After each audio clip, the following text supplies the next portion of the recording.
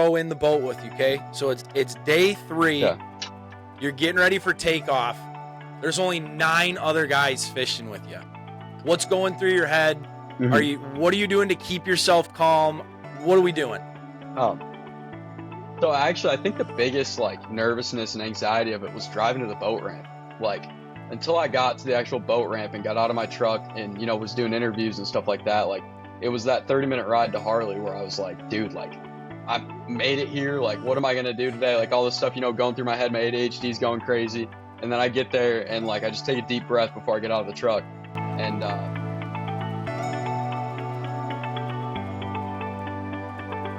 What's up, everybody, and welcome back to the Hook One Pod. Hey, we're here in the studio.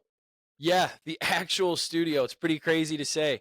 But we're here in the studio. We've got an awesome guest lined up for you guys today. I told you we were going to be bringing it. We're super stoked that this gentleman's taking some time out of his day to talk to us. We're going to get a little off the walleye scene and get heavy into the bass scene. This gentleman here next to me is the 2021 MLF College Northern Tour winner.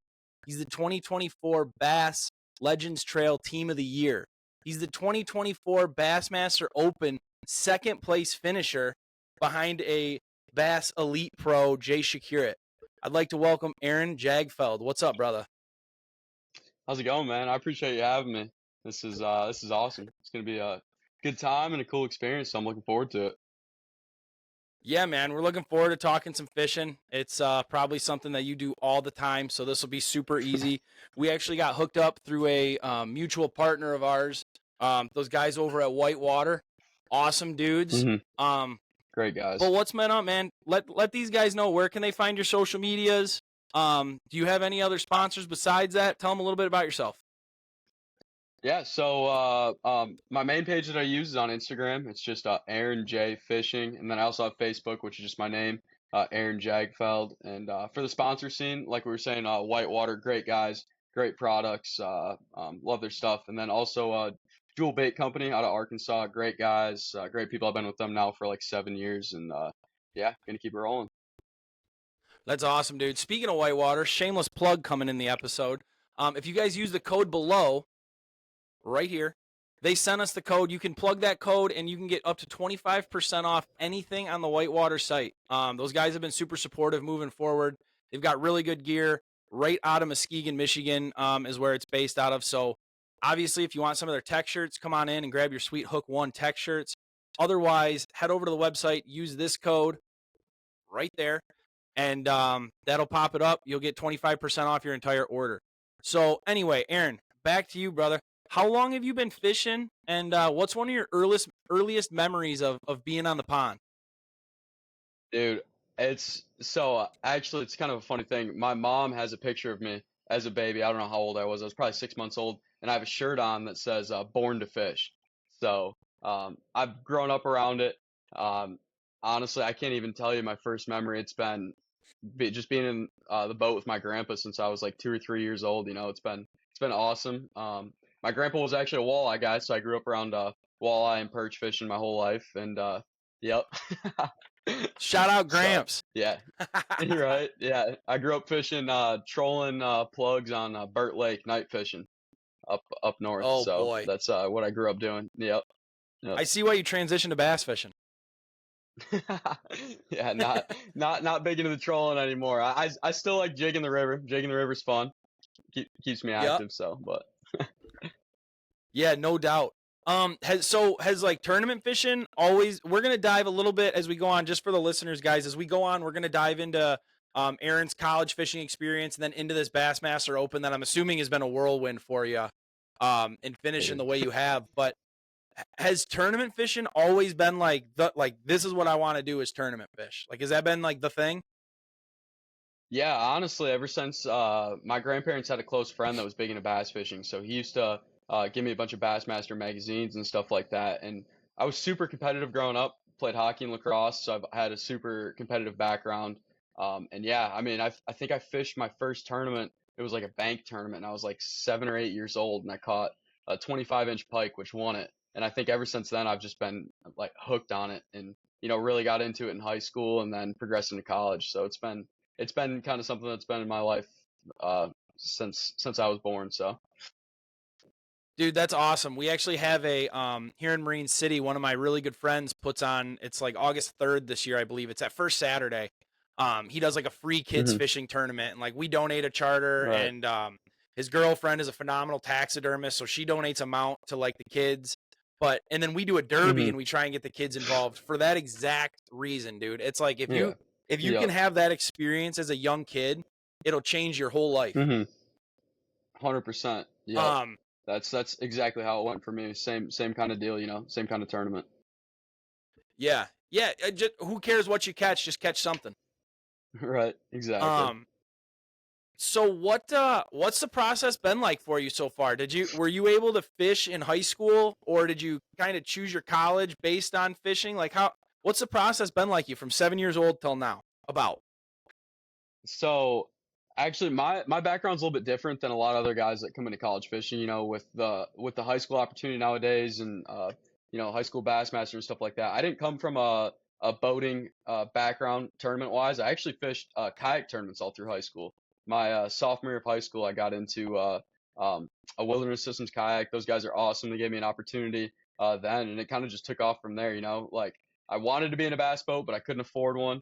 So all of high school, I fished kayak tournaments up until I graduated my senior year. Didn't fish a tournament out of a bass boat until I got to Adrian. So, just grinded and did what or made what I had work, and just did whatever I could to be on the water all the time and fish as many tournaments as I can, and ended up at Adrian. So it's been a grind, but it's been fun, and I love it.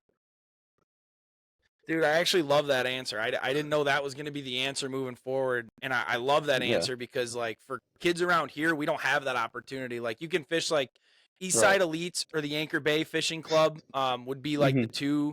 But, like, around here, that's still 35, 40 minutes. And then you got to get out there, and it's hard for kids to Hmm. afford that. So, like you said, Yeah. it's 100%. not easy. So that's super cool. Hmm. Um, Yeah. It was fun. So we mentioned it pre-show a little bit, but I briefly attended Hmm. Adrian College for about a semester. I went there Yeah. to play football. I actually fell in love with bass fishing. It was a club. It was a club sport at the time. I think like a couple of the dads like donated their boat to the club where the kids could use them. Hmm. And I talked to the bass Gotcha. fishing coach, and I was like, dude, I'd love to do this with football. Well, it turns out football ended up just being way too much for me, especially at the Hmm. level I was playing. So it was one of those things I kind of had to make a decision. I came home, I started working at the restaurant, which led to me guiding in the mornings, which has now led to this whole ordeal. But like you said, one way or another, you get there, right? Um, Yep. 100%. is that why you chose Adrian College? Because there aren't they one of the few schools that can actually offer scholarship for it, or am I wrong? So, actually, Adrian can't offer a scholarship for it because they're a Division III school. So, That's what I thought. unlike Okay. a lot of the other powerhouses in fishing are Division II or Division II schools or what's their not like the club league or whatever it's called. You know what I'm talking about? Like Yeah, what's yeah. Siena Heights for football? They're like that league. So they can offer NAIA or something scholarships. like that. Yeah, yeah, exactly. Yep. Yep. So they can offer athletic scholarships. So Adrian can't, but the school definitely can kind of work with you and help you financially. So. Yeah, and so like how does that work with like bass fishing? So do they have a boat for you? Do you show up with like if you've got a boat, I'm assuming you can fish out of your boat, tackle Yep. wise, like how did that kind of all start for you? So I'll start with the way that I got to Adrian was so Nick Marsh's dad, who was one of the first guys on the team, one of the pioneers, I guess you could say, of the Adrian College bass team. His dad I owns know Nick a bar and I grill. know Nick well through Yeah. I know Nick well through Wonderland. We worked a couple boat shows together. He's a cool dude. Okay, awesome. Yeah, great guy. Um, yeah, so his dad owns a bar and grill up in Indian River, which my grandparents go to. And they first heard of it through his dad actually there, and like was telling him how I love to bass fish, and then how he was saying his son is actually going to Adrian for college fishing. And so that was like the first word that I got of it, and that was probably I might have been in eighth grade, maybe ninth grade when we heard about it. And then ever since I heard about that and kind of grew in tournament fishing like got to my junior year of high school and I was kind of like, man, this is like really what I want to do. I was kind of like other sports were on the back burner, hockey and lacrosse, and like I was missing hockey games and lacrosse games to go to fishing tournaments, right? And so um, this is That's ultimately where I awesome. wanted to be, just because it was close, yeah, close to home. And at the time, I mean, even now, Adrian's still on top, but at the time, like they were the team in the Midwest, right? Like you're going if you want to college fish, you're going to Adrian. So like yeah, that's how I ended up here. But and then with the boat and tackle and that kind of stuff.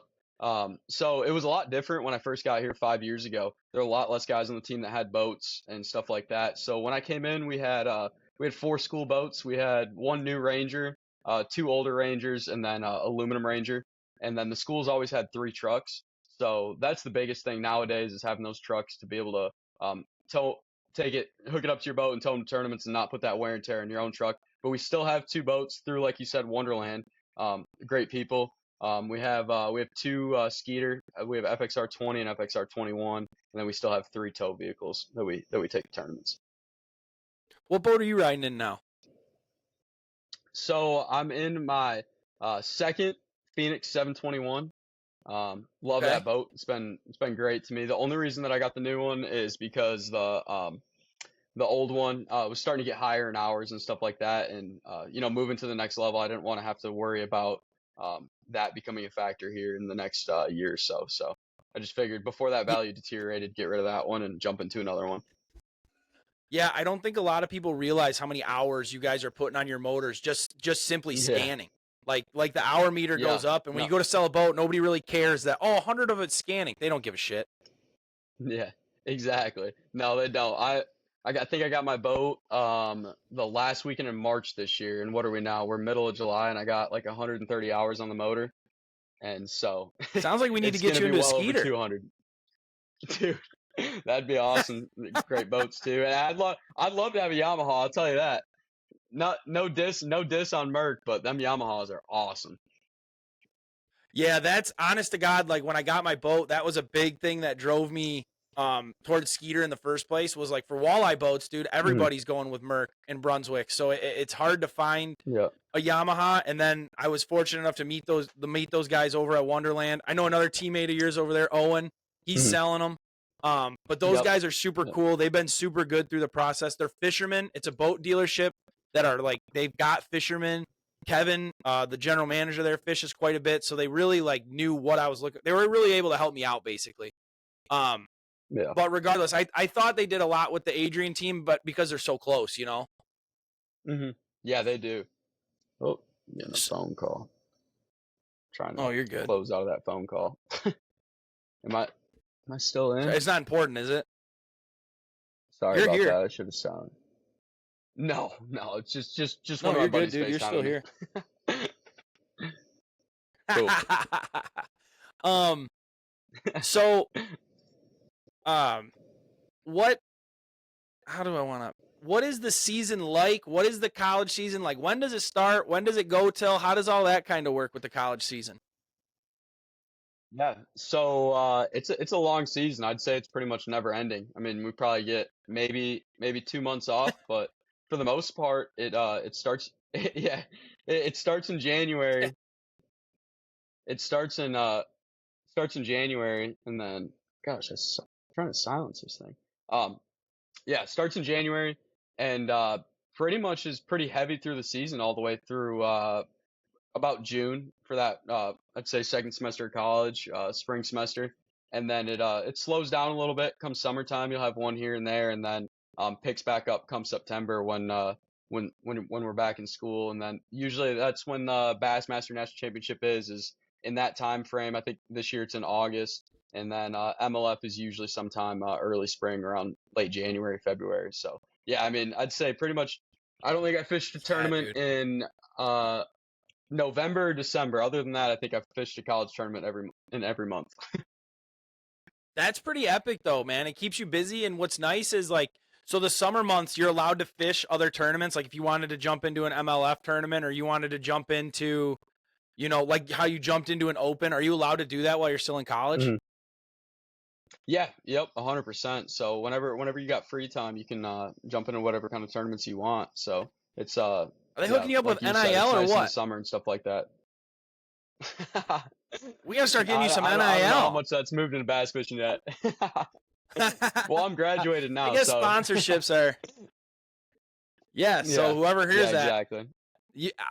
I'll tell you Yeah. what, dude. You keep doing what you've been doing, and we'll touch on it later as far as what you want to continue to do moving forward. But you keep doing Mhm. what you've been doing, and you're gonna have a very promising future.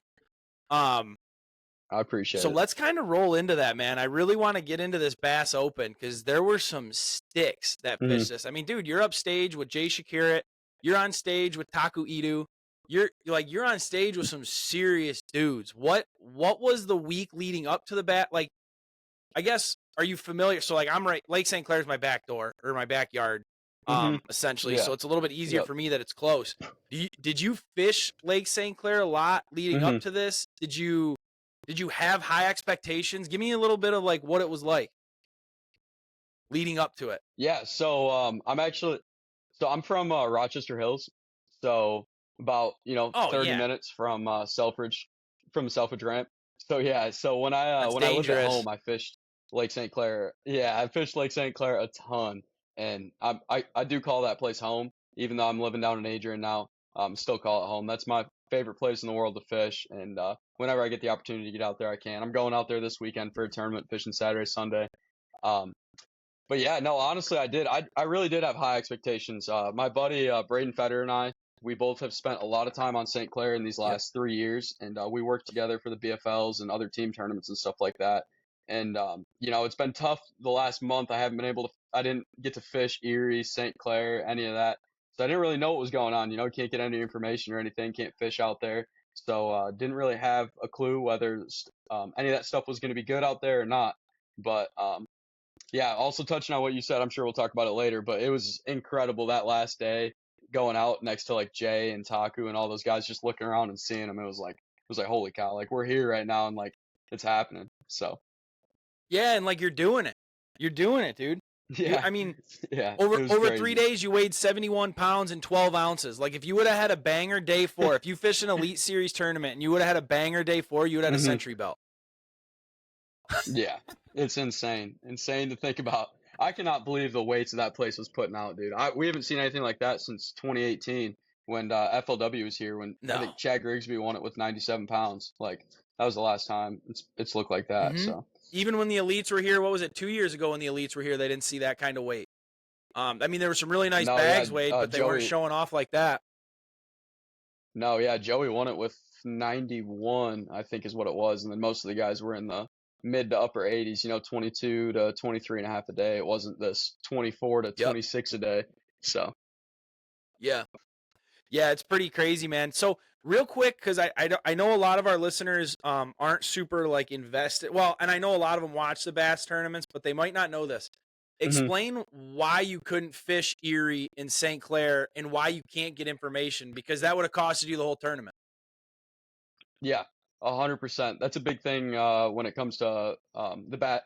I'm sure it is in the whole fishing world, right? Integrity and stuff like that. And there's got to be rules and limits on tournaments. And so the way the Bass Opens are set up is you have a month off limits period from the day that official practice begins, and a month before that. You can't get any information, can't talk to anybody. The only information that you can get is anything that's open to the public, like Facebook forums or watching YouTube videos and stuff like that, seeing tournament weights. Um, yeah, so Yep. and it levels the playing field a little bit, I'd say 100%. And you'd hope that everybody would have that integrity to follow that rule. So yeah, it just makes it more of a level playing Everybody that field than came just being through able to talk to anybody you want. 100%. Everybody that came through the bait shop was the exact same way. Just very, Hmm. business oriented, and there was no, and the guys that work for us, they're very familiar with the bass format. So it's like one of those things like, hey, dude, even if you want to say something, you can't because you can literally ruin their weekend. And they came all the way up here from Yep. all over the place, dude. 220 boats, right? Fish that, Yeah. Yep. Yeah. From something everywhere. like that. It's crazy. Yeah, Yeah. I think So it was it's like, 221 and it total. was Yeah. really cool. Yeah, it's really cool Hmm. having those events out here. I mean, you hope that the fishery can sustain it because what happens is not only do you guys crush them fish for 3 days, but then the knowledge gets out there. Like the guy, like the PA announcer, the Yeah. MC, St. Clair's a great fishery. St. Clair's a great fishery. It is a great fishery. We want everyone to come fish it. But please put them bass back in the water. Yeah, 100%. Yeah, no doubt. It gets a lot of pressure. Yeah, well, and it holds to the pressure. You know what I mean? A lot of the times there's still guys that come from out of town. Yeah. Yeah, like it's crazy in the spring. You So go to the mile basically, roads that was, and you'll see. Yeah. No, I was just saying it's crazy in the spring seeing the mile roads and stuff like that. Yeah, the mile roads, 500 boats lined People up think in the Detroit River gets busy. May, just fishing out there. Yeah, dude. Dude. Yeah, dude. People think it gets busy on the Detroit River. It's like, dude, go around that corner, right around the corner from anywhere from Grosse Pointe on down. It's packed. Yep. Fishing's good though. And thank God the Canadian side's closed. Yeah. Yes, 100%. I'm with you on that. And getting into it a little bit, I wish.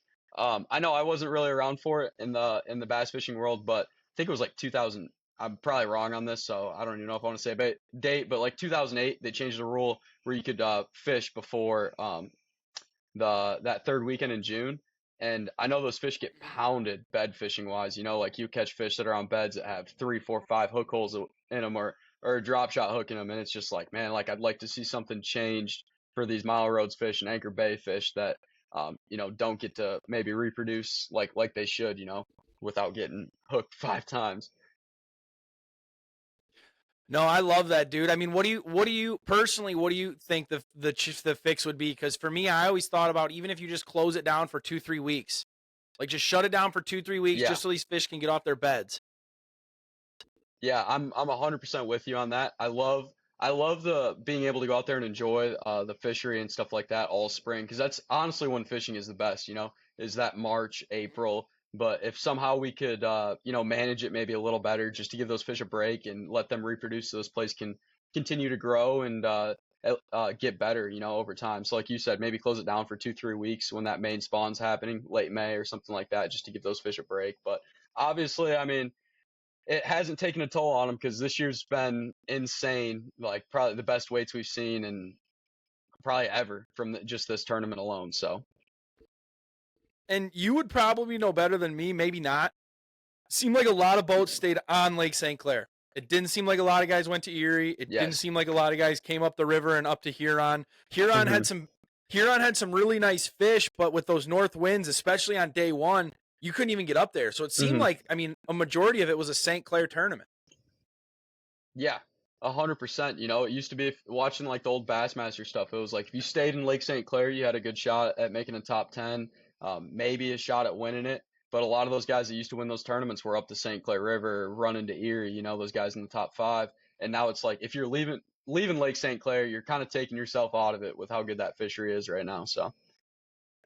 Yeah, that's cool too, because like I grew up like dragging tubes and drop shot in the river more so than the lake, because I always had a small boat, couldn't really get anywhere.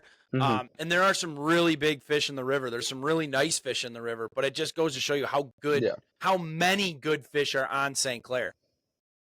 Dude, it's crazy. It really is crazy.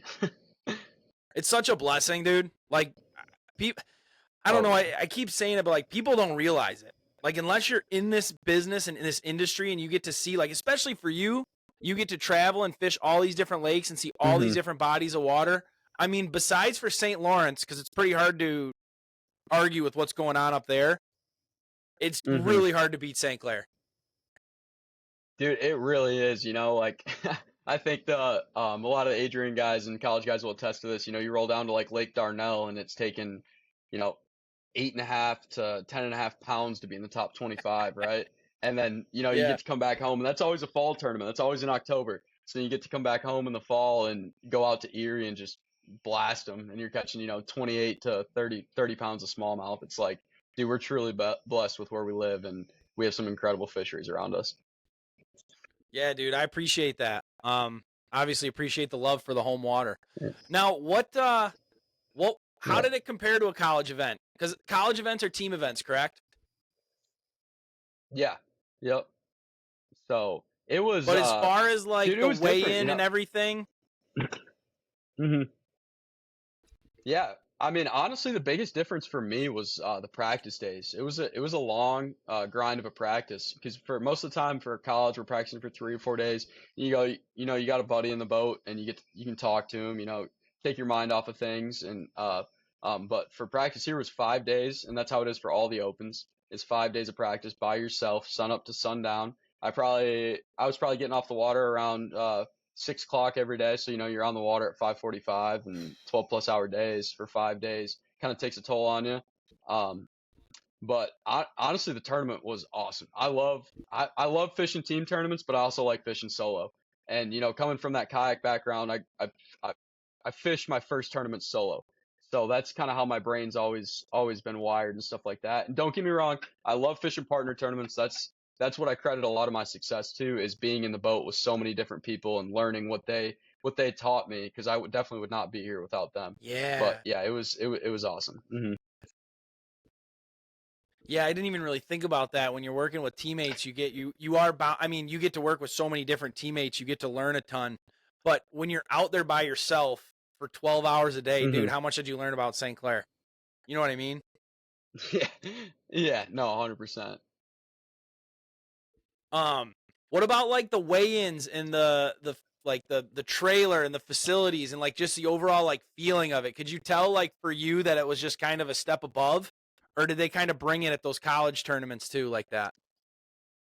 Dude, they bring it at those college tournaments. I'll tell you what, there's a lot of guys that are making that jump, and I mean, a lot of guys. I think there's probably 2 or 3 guys at least right now in the hunt to make the elites within the top 15, 20 points. There's probably more than that. I'm probably wrong. But yeah, those college guys are hammers, and I mean, it's shown over the last 5 years of the guys that are making the elites how good those college guys really are. But no, it definitely was a different atmosphere being around that. And like we were talking earlier, looking around, seeing all these pros, all these previous pros, it's like holy cow, we're here. But it was a little different. I think if we were at a different lake and not Lake St. Clair, because every time we were rolling back to the ramp, it was Harley Ensign. I've been there 100 times, right? So it's like, but Mm-hmm. just seeing all those guys there it was like holy cow, like this is crazy. You're seeing all the trucks, all the rat boats, dude. Everybody's Mhm. decked out. There's a lot of people there. Like for Mhm. those pros, it's still like a pro event. So you've got all the social media people there with them, interviews, all that Mhm. stuff going on. Um, but I Mhm. thought nowadays all you had to do was throw live scope on your boat and you could just catch 30 pounds. That's not true. That is not true at all. It's another tool in the bag, man. Everybody's got it. Everybody knows how to use it. It's I don't like when people say that the instincts are out of it because I mean I didn't fish without it for as long as a lot of other people, but I didn't get it until um 3 years ago. So I grew up fishing without it. I mean, honestly, I'm a shallow guy at heart. Like any of these lakes around here when we fish weeknighters and stuff like that, I'm putting a jig in my hand. I'm going and skipping docks. Like that's what I like to do. Skip docks, throw Yeah, top dude. water, throw a frog, throw a spook, like that's what I love doing. Like, but it's another tool in the bag and to compete nowadays. You have to use it, and especially on a place like Lake St. Clair where those fish are just constantly roaming, not set up on anything. Like you got to use it out there. Yeah, I'll tell you what, it's one of my biggest pet peeves in the tournament world, and I hear it all the time in the walleye world with these guys, and I hear it in the bass world all the time, especially like when you watch those Elite Series events, and it's like the older guys are Mhm. sitting there on Saturday and Sunday, and it's like nothing wrong with Mhm. it, and you can be Mhm. frustrated with it, but to act like it's a cheat code and to act like there's not a science behind it and like learning how to Mhm. use it, I've never once dropped live scope in the water and it made the fish bite. Does that make sense? Yeah. Yeah. No, 100%. I'm with you on that. But yeah, no, 100%. And the only thing it really does is make every cast that you make more of a chance of getting a bite, right? Like it just Yep. brings that percentage up. It's not 100% chance that you're gonna get bit as soon as you drop it in the water, right? Like I it's yeah. I'd be willing to bet that there were times where you saw a fish on live scope and you threw a drop shot at it, nothing. Threw a crankbait at it, nothing. And next thing you know, you hmm drag a Ned rig through the sand and boom, he bites it. So it's like if you wouldn't have had to know how to change your baits, you're not catching that fish. Yeah. hmm I think that's like Yes, the a most hundred basic percent. There's example so of much it. that But you can learn.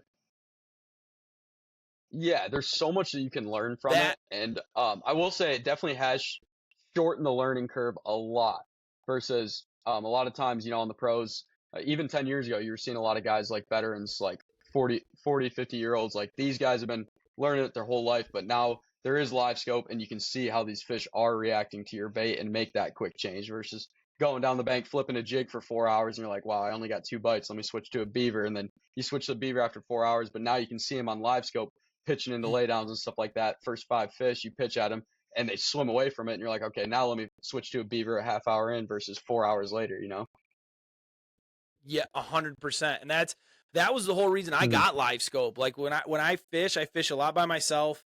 And so like Mm-hmm. for me to break down water and for like guide trips, I got to break down water quick. So I got to know, are the fish here? B, are they Mm-hmm. biting or not? And then C, will a color change? Because I've dropped down, say, a blue and silver, like a blue ice bait, and they'll swim up to it and they swim Mm-hmm. away. They don't want it. And then you'll drop down a goby bait Right. or a rainbow trout and they bite it. And it's like, oh, okay, that's what these fish are keying in on. The learning curve part of it is Mm-hmm. huge. Yeah, 100%. And like you said, you brought up in the staying in the tournament, going through a drop shot, crankbait, and then drop a Ned rig on them, right? So like in the Yep. tournament, day 3 is when I really struggled to get those fish to eat. My one area was pretty much those fish were gone, and I went to an area where I knew had fish, but it was getting a lot of pressure, and so I ended up having to downsize my tackle. I was throwing 10-pound line and bigger Z2 and ended up downsizing to 8 pound and noticed the first fish that I dropped on, that fish actually swam up to the bait and looked at it and swam off. And the next fish I pitched at, I caught, and it was a 5-pounder. Like it was that quick of like switching Dang. and seeing how they were reacting on live scope. Yeah. Yep. That's crazy. And I don't think people realize, like, unless you were actually like following that tournament, you guys started Mm-hmm. fishing on Saturday. You had really a beautiful pre-fish. Like Saturday and Sunday was probably obnoxious with all the pleasure boaters because it was so nice. Mm-hmm. Monday was a nice day. Tuesday was a nice day Yep. until about 6:30. Wednesday we Yeah. had the When that. hurricane blow in. Mm-hmm. Thursday morning you guys launched with 20-mile-an-hour north winds, 20 to 25-mile-an-hour north winds, because I was guiding that day and I was like, there's no way in Yeah. hell I'm Uh-huh. going out to the lake until 10 a.m. Yeah. So you Yeah. guys went through it Great all. Lake special right there. Yeah, 100%. Yeah. No, That would be the thing to call it, is the Great Lakes Special. Yeah, it ain't a Great Lakes tournament, walleye or bass tournament without some high winds, whether it's practice or the tournament. Yeah, you ain't kidding. You ain't kidding. Yeah. So help me out here, dude. Me and my listeners, we want to go in the boat with you, okay? So it's day 3. Okay. You're getting ready for takeoff. There's only 9 other guys fishing with you. What's going through your head? Mhm. What are you doing to keep yourself calm? Are you not keeping yourself calm? Are you living in the moment? What are we doing? Um, so actually, I think the biggest like nervousness and anxiety of it was driving to the boat ramp. Like until I got to the actual boat ramp and got out of my truck and was doing interviews and stuff like that. Like it was that 30-minute ride to Harley where I was like, dude, like I made it here. Like what am I gonna do today? Like all this stuff, going through my head, my ADHD's going crazy. And then I get there and like I just take a deep breath before I get out of the truck. And Seiko walks up to me and was like, "Here, let's get this interview and take the top 10 bait pictures." And that was all out the window. The camera guy got in my boat, and I was just ready to go bassing. Like I was just having fun. Those 3 days were just fun to me. And like I feel like that's when you're fishing tournaments. If you're not having fun and you're not like, there is definitely a certain amount of stress that comes into it. But if you don't let it, yeah, if you don't let that stress get to you, and you just have fun with it, it's going to be a lot better experience and probably pan out a lot better.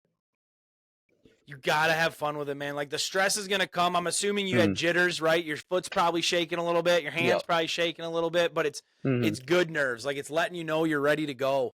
I mean, I don't Exactly. tournament fish And a lot, so like when I do, I get jittery, and it's the worst thing that can Mhm. happen to you is like to try and take you off your Yeah. game. Yep, 100%. And if I ever lose that feeling in tournament fishing, I'll stop fishing. Because I love that about that. Rolling up to the tournament ramp in the morning and like you're jittery, like ready to go, like ready to get after it. And like that's what drives me to fish tournaments. I love that stuff. Right. So It's just that that feeling. competitive. You talked about like lacrosse and hockey, dude. It's that It's that Mhm. competitive edge. It's like, you versus these other guys. You've put together a game Mhm. plan. You've dialed in your baits. You've dialed in your spots. Which you show up to a spot and the fish are gone. Mhm. What's new? Um, Right. Right. but I just think that's like, you're sitting there with these guys. They're elite pros, but you can't let that get in your head. I'm assuming you can't let that get in your head. Um, Other Mhm. guys that are on the water, it's your home lake, so you're worried about that home water curse that a lot of guys deal with. Um, Yeah. but dude, you crushed it. You crushed it. Dude. It was awesome. Yeah, thank you. Yeah, it was great. But Was it any yeah, different with a camera boat, honest with like having the camera in the boat?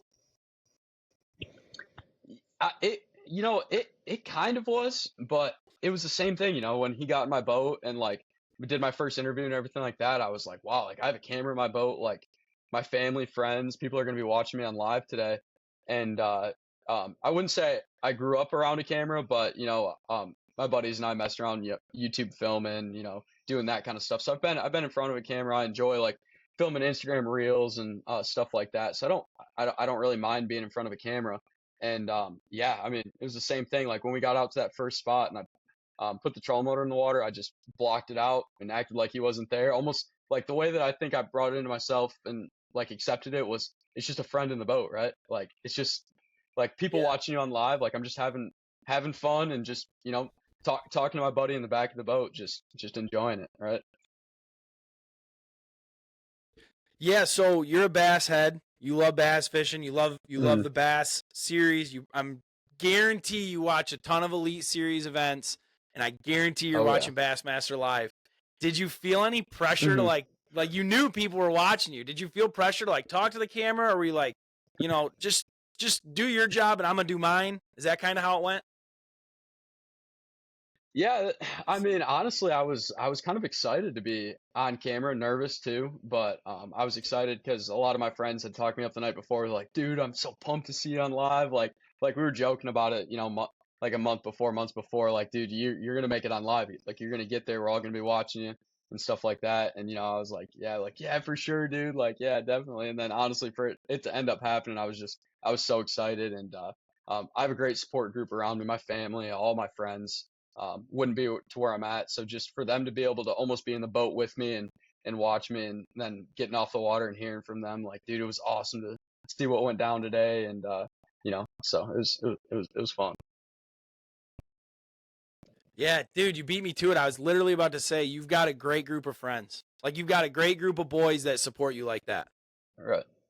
Mm-hmm. Mm-hmm. Because you get some people where they try and like Yeah, freak them out. 100%. You know what I mean? And it's like, hey, we're gonna be watching you, Yeah, tuning in. yeah, It's all about the support yeah. system. Yeah, 100%. Yeah, all the guys around me and everything like that I fish with all the time, wouldn't be where I'm at right now without them. And then my family, my parents, they're huge supporters. They've they've wanted me to do this since day one. They said, "Is this what you want to do?" And I was like, "Yep." And they're like, "All right, we're behind it." So, Can't beat that, man. So let's go from there. Okay, you weigh over 70 pounds in a Bassmaster Open. You finish in second place. You had a really good college season that's led up to this point. You're graduated now. What's next? What's coming up? You hmm got a tournament coming up this weekend, but what's next? yeah. So honestly, for like I guess you could call it the big stage kind of stuff. We got the Bassmaster National Championship coming up here in August, and then my partner and I were lucky enough to qualify for the Classic bracket, which is in September. So excuse me, we're fishing for another spot in the classic. Then there's only going to be 8 of us. But big picture, I mean, my dream's to be on the Elite Series. That's what I want to do. So, um, after this paycheck from the last tournament, things are looking a little better to fish all 9 opens next year. But um, gotta look at it a little more, and so Yeah, so that's yeah, kind of that's the next what I step. want to Is do. that kind of the next goal in getting to the Elite Series? Is fishing them opens?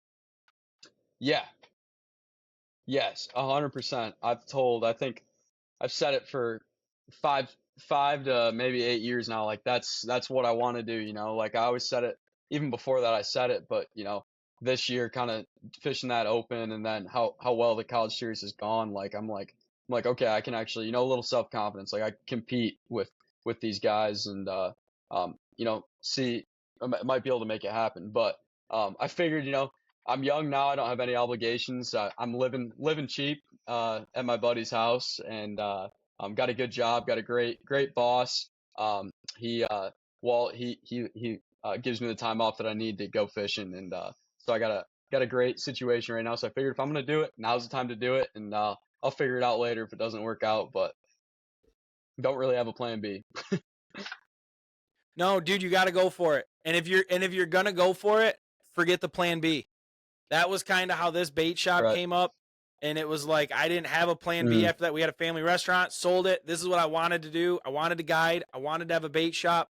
mm, Throw plan B out the window because if you've got nothing to fall back on, you're not falling back.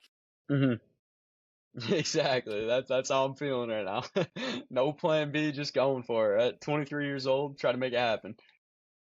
That's it. You're 23. God Yep, dang, 23.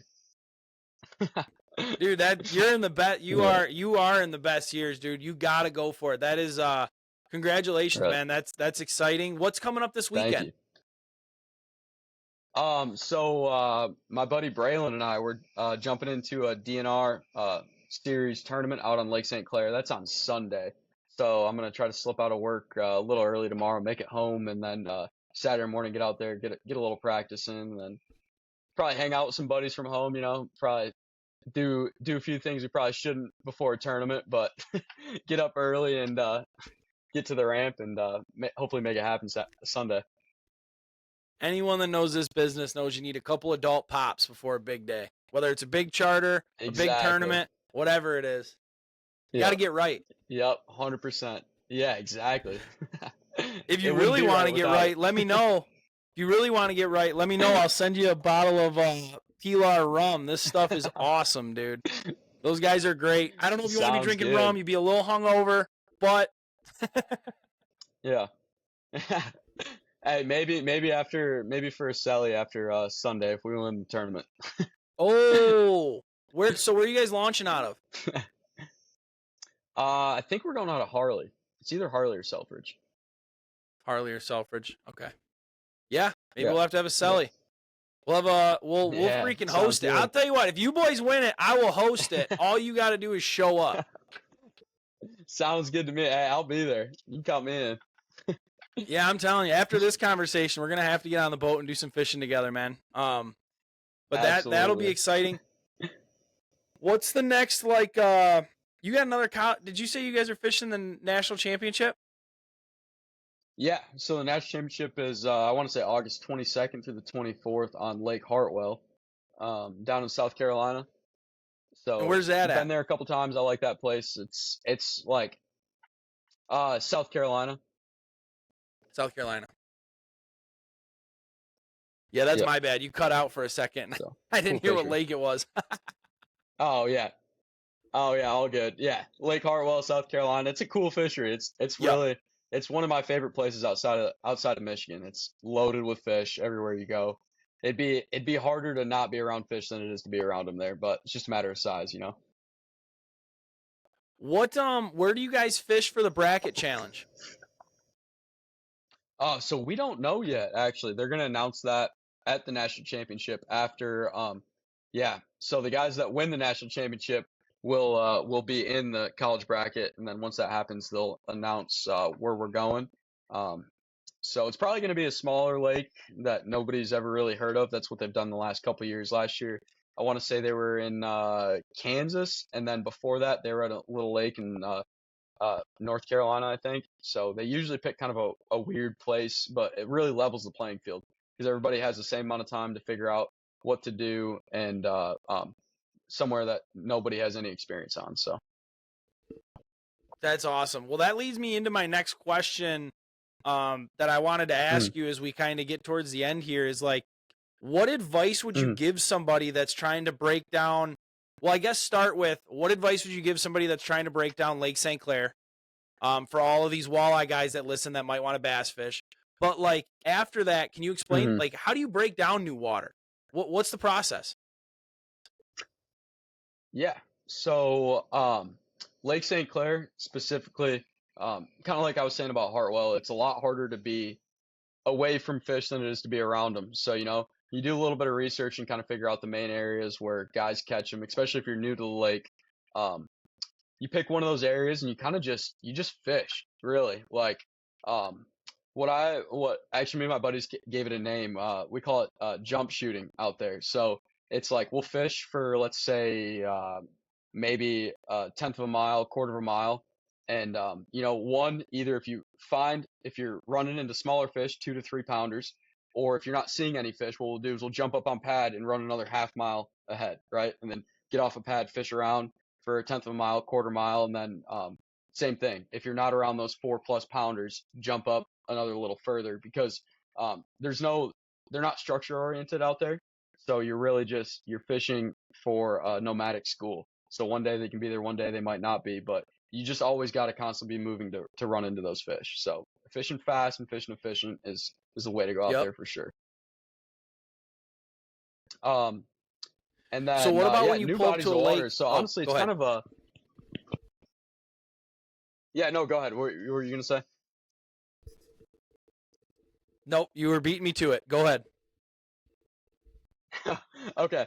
Yeah, so new bodies of water, it's a little different. Like, um, there's not really a good example to give on a specific lake, but like a broad answer would be research. It's all research, whether it's Google Maps study, watching YouTube videos, watching past elite events and that kind of stuff, kind of gathering as much information as you can to understand how a fishery fishes and then setting it up with the time of year and what you think is going to be happening at that place and kind of having an idea. And honestly, the worst thing that you can do going into a new fishery is locking your brain into one thing. Like if you're going into a pre-spawn tournament at, let's use Lake Hartwell for example, pre-spawn tournament at Lake Hartwell, and you 100% think they're going to be eating a red crankbait on clay, and all you do is go down there for 3 days of practice and go throw a red crankbait on clay. That is the worst thing that you can do, in my opinion. I think you need to be open-minded and have an understanding of how those fish are going to be or how they should react and then what else they can do and then also have your instincts too because you need to be able to figure them out in those 3 maybe 4 days of practice that you have. But yeah, so just research, do as much of that as you can and then try to get an understanding of how that place fishes and for the time of year. So Do you spend a lot of time focusing on the bait that the fish are eating? are you talking like the forage that's in the place Yeah, like so like or like when you're specific heading bait? down Okay. what Yeah, like the forage. Yeah. Yeah, okay. Yeah, no, 100%. So like different fisheries will have different forage, like you go to like any of those herring lakes like Hartwell, Murray and stuff like that. A lot of those fish are more nomadic. Those fish are always on the move and then you go to different places like trying to think of a good example. I don't know, any of the TVA lakes like shad, um thread Yep. fins and that kind of stuff. They act different, right? They're more active. They might be less active at certain times of the year. So yeah, that 100% plays into is trying to figure out what kind of forage is going to be in that place. Um, but honestly, I was going to add into the last thing too is if you're going to a new place, you want to set yourself up for the highest percent chance of catching fish. Like if you're pulling up to a place for a tournament, like the first thing I'm gonna do is not gonna go look for some sneak hole that might win the tournament on day one of practice. I'm gonna go try to figure out what those fish are doing. Right, you're gonna go fish the highest percentage areas that you can, and try to run into fish right away and try to get on what they're doing and get some clues, and then you can put it together and end up ultimately running into those sneak holes and that kind of stuff. Right. Yeah. Yeah, man. No, that's great advice. And seriously, we really appreciate it. I know the guys are going to really appreciate it. I appreciate your time coming on this podcast. It's looking like we're kind of running out of time already. Crazy, man. Time flies, especially when you're talking fishing. Well, I appreciate you having me on here. It's been a good time chatting with you and getting to know you. I look forward to talking to you more in the future and getting in the boat together. Yeah, we're absolutely going to line something up probably as soon as I end this call. I'd like to line something up, whether you come up and Sounds jump on good. my boat and we fish the river, or I meet you out on the lake. But Absolutely. one more time, why don't you let people know where they can find you, where they can follow your social medias, guys? He's been doing some really good things. So if you want to follow him, Aaron, tell him where they can follow along. Yeah, so my main channel or my main social media that I use is my Instagram. It's Aaron J Fishing. Post a lot of reels and tournament stuff and stuff like that. And then also I have a Facebook, Aaron Jagdfeld, just my name. And then I don't really post on it that much, but I have some older stuff on there that's good content, weeknighters, and a couple of the trips with the boys. It's on YouTube. It's Aaron J Fishing, just like my Instagram. So. Do you want to do more on YouTube? I would love to. The tough part is, it's so flooded right now with fishing content, right? So unless you're Yeah. different and have like some kind of different approach to it, I feel like it's harder to get big with the amount of effort that you have to put into it, right? Like I just think I don't think I found my niche yet on YouTube, and if I continue to go where I want to go, definitely gonna have to do YouTube, but just kind of got to find my niche and where I fit in on the YouTube scene. Yeah, I'm with you. That's been our biggest roadblock moving forward with YouTube is like, I just don't know. We got to do something that sets us apart from what everyone else is doing. So that's why it's mostly Right, podcasts and shop talk on there. It's tough. YouTube's a tough scene right, dude, it to is. It do it really right. is. To do it right, it's a tough Yeah, scene. I mean, you could just definitely. record videos and throw Hmm. garbage up there, but that's different. Yeah. Yep. 100%. Um, well, hey man, stick around here after the call. I really appreciate your time. Like I said, I know you've been super busy. Again, for those of you guys Yep. that didn't hear, maybe in the beginning of the episode, Aaron is the 2021 MLF College Northern Tour winner. He's a 2024 Bass Team of the Legends Trail Team of the Year, and the 2024 Bassmaster Open on Lake St. Clair. He's a second place finisher. He weighed 71 pounds and 12 ounces. Check him out on social media. Help the guy follow along. He's 23 years old. He's going to make some moves in the bass fishing world. So, Aaron, thank you, sir. To my Yeah. listeners, guys, we really appreciate you. Please remember to support who is supporting us. A huge thank you to Whitewater Fishing, Papa's Pilar Rum, Portland Line, and of course, Great Lakes Anglers Coffee Co. I'm going to throw the discount codes in a slide that should slide in right now. If you use the code HOOK110, you can save up to 10% on any Great Lakes Angler Coffee Co. order. Or if you're out of state, you can use HOOK110 to order some Pilar rum as well. Unfortunately, Michigan's a controlled state. They're lame as hell, and they won't let you order rum online. Well, we might have some free samples here. Aaron, that's what we might have to do is get you in the studio and a glass of rum on the rocks, my man. Yes, 100%. I think that podcast would get a little more interesting, huh? Dude, I'm waiting. It's in the mail. I'll have a couple bottles here. We're going to be doing giveaways once a month, giving away bottles of rum. I cannot wait. I've been super fortunate with it. And again, if you guys want anything from Whitewater, you can ask Aaron. They make a very high quality product. ICAST is happening right now as we're recording this. So by next week, everything's going to be out. Their insulated suit's going to be out. Their joggers are going to be out. Well, released at least. They're not going to be out. Their heated vest, all that stuff's going to be out. So if you want to head over to whitewater.com, use the code that I provided and you'll save up to 25%, which is, Aaron, that's a pretty good deal, dude. Dude, it really is, especially with how expensive stuff can be. I mean, and their products are amazing, dude. I've been rocking them all year, and it's been a great setup. So Yeah, I mean, as far as all the other brands that are in that business, they're all about the same. Their tech shirts, the ones that we sell here at the shop, are $40. You save 25% off of that, and you're almost getting the shirt. I think it's going to end up being like $32 if my mental math is correct. e- But anyway, exactly, we it's a really great deal. appreciate And those guys. I'll tell you what. Go ahead. No, I was just gonna say my favorite thing has been those Prevail pants, dude. Those things have been awesome. I wear those things 9 times out of 10 when I'm going fishing. Those things are awesome. Have you tried the shorts? I Check have these bad not boys yet. out. I don't have any of them yet. Ah. The Those shorts things are sick. super comfortable. Yeah, the shorts are super comfortable. They're super light. Anyway, I'm not going to go on a huge rant, you guys. Again, thank you to Whitewater, Portland Line, Great Lakes Coffee Co., and Papa's Pilar. Hey, we're going to be back next week with another great guest. Yes, kicking it in the studio, hopefully with a glass full of rum on ice. Till next time, guys. Adios.